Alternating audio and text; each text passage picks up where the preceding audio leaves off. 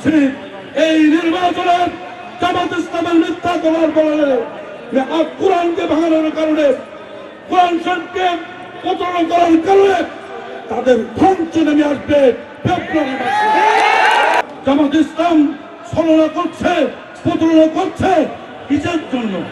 আল্লাহর রাস্তায় থাকবা, নামাজ কালাম পড়বা, বিএনপির লোকজন নামাজ কালাম পড়ে আমরা নির্বাচনের স্বপ্ন দেখছি এবং নির্বাচন এই 26 সালের ফেব্রুয়ারি মাসে অনুষ্ঠিত হবে।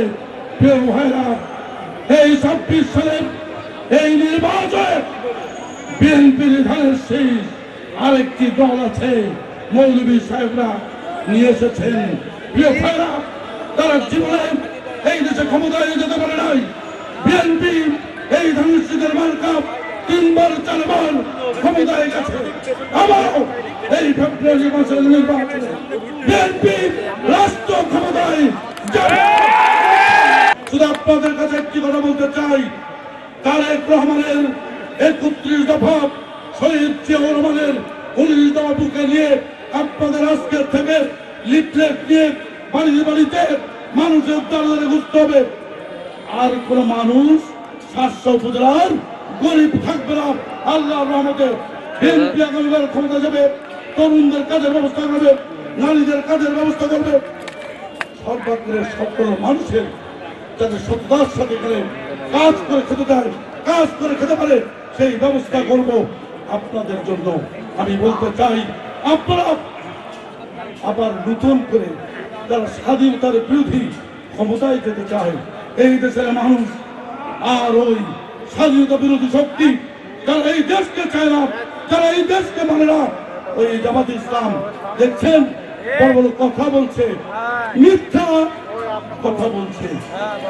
ওই শাহজাহান চৌধুরী একটা বদমাইশ জামাত ইসলামের নেতা, ও বলেছে আওয়ামী লীগের মতো কথা, তাদের কথায় নাকি রাষ্ট্র চলবে, পুলিশ চলবে, কোর্ট চলবে।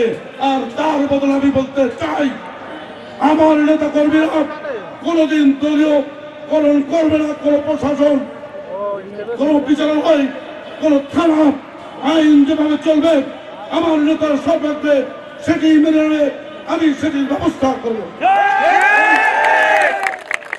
আমি আজকে আপনাদের সামনে এইখানে দাঁড়িয়ে বলছি, আমি যদি 700 উপজেলার এমপি হতে পারি, আমি 700 উপজেলার সর্বদলের মধ্যে সর্বনাগরিক, সর্বধর্মের সবার সুরক্ষা দেব প্রথম। দ্বিতীয় হচ্ছে আমি প্রতিটা মানুষের সুরক্ষা দেব। কিন্তু যারা জালিম, কিন্তু যারা দলবাজ, যারা দখলবাজ, যারা চাঁদাবাজ,